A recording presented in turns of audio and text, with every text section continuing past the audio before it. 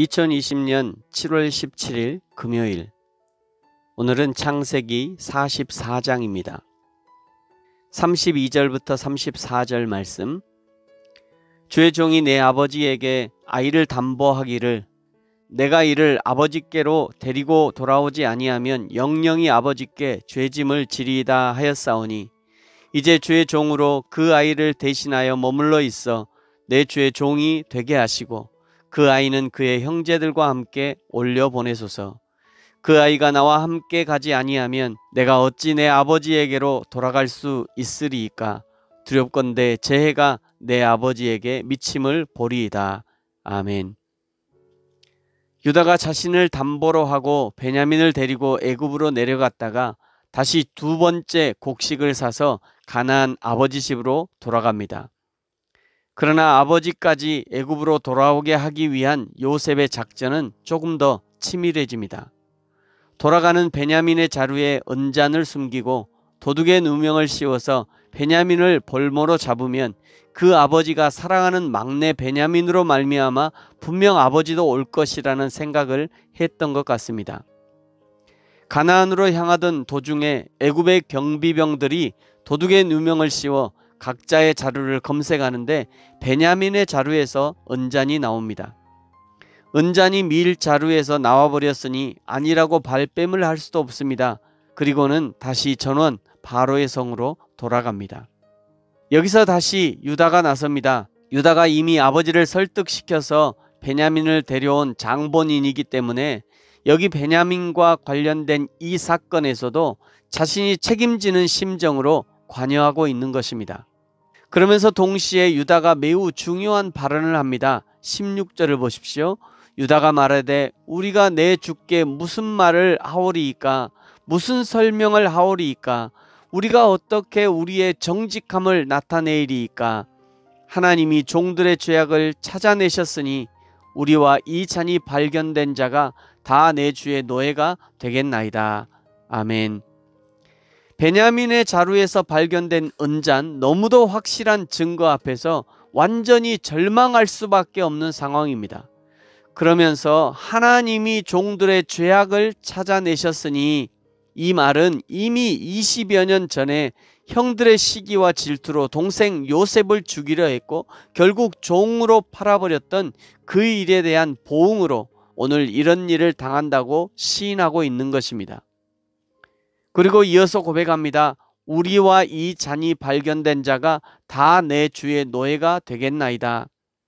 지금 이 잔을 발견하고 자신들 앞에 서 있는 사람이 누구입니까? 그들이 아버지의 집에서 꿈쟁이라고 놀렸었고 그리고 형들의 곡식단이 요셉에게 절한다는 꿈 이야기를 듣고 내가 참으로 우리의 왕이 되겠느냐? 참으로 우리를 다스리겠냐? 했던 바로 그 일이 실제 일어나고 있는 것입니다. 그리고 그 고백을 유다가 하고 있다는 것이 중요합니다. 어찌 보면 유다는 요셉의 꿈이 이루어지고 요셉의 꿈이라는 것은 하나님이 이스라엘 민족을 애굽으로 이주시켜서 애굽 땅에서 한 나라를 이룰 만한 국민으로 번성케 하겠다는 하나님의 꿈이 실현되어져 가고 있는 것을 그 입술로 확증하고 있는 것입니다. 유다는 이런 고백을 할 때 오늘 성경을 읽는 우리처럼 다 알지 못하고 고백을 했을 것입니다. 그럼에도 불구하고 오늘 우리는 이 유다의 고백이 성경을 관통하는 하나님의 뜻을 관통하는 고백이 된다는 것을 우리는 알고 있습니다.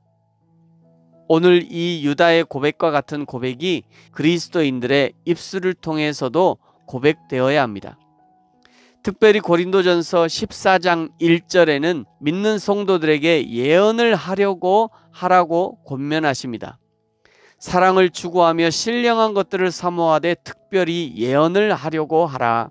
여기 예언이란 사람의 미래를 점치는 것이 아니라 하나님의 말씀 성경을 선포하고 가르치고 성경을 말로써 확증하는 사역을 가리킵니다. 그러므로 성도들은 성경을 바르게 알고 바르게 전하고 바르게 가르치는 일에 힘써야 하는 것이죠.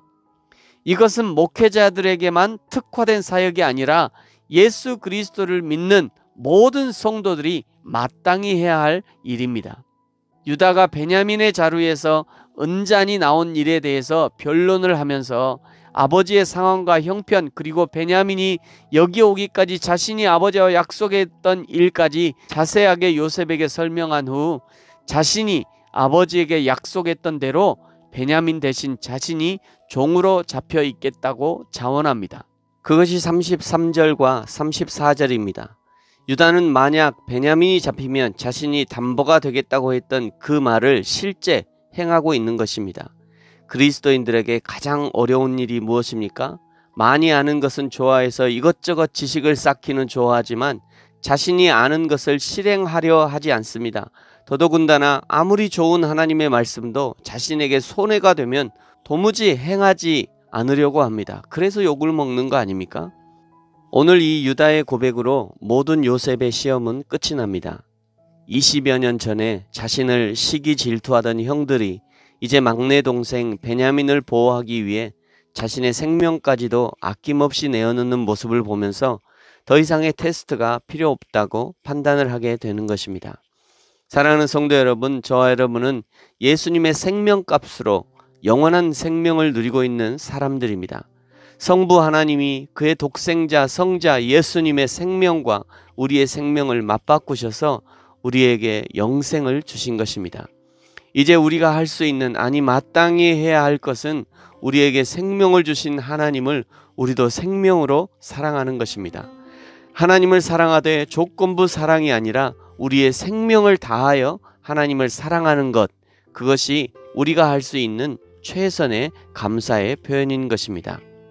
오늘 이 하루가 우리에게 생명 주신 하나님께 생명으로 감사하는 하루가 되어지기를 예수님의 이름으로 축복합니다.